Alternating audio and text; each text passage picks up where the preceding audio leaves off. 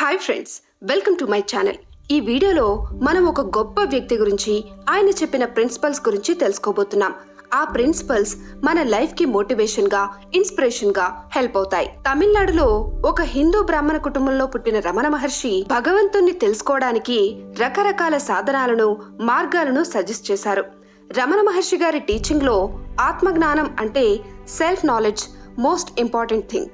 వాటిలో కొన్ని ఈ వీడియోలో మనం తెలుసుకుందాం.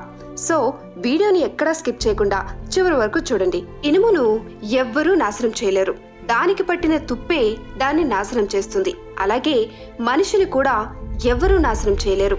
తన చెడు ఆలోచనలు, అహంకారం, గర్వం, వ్యసనాలే వాళ్ళ లైఫ్ ని నాశనం చేస్తాయి. కర్మానుసారంగానే ఆ సృష్టికర్త మనుషుల జీవితాన్ని నడుపుతాడు.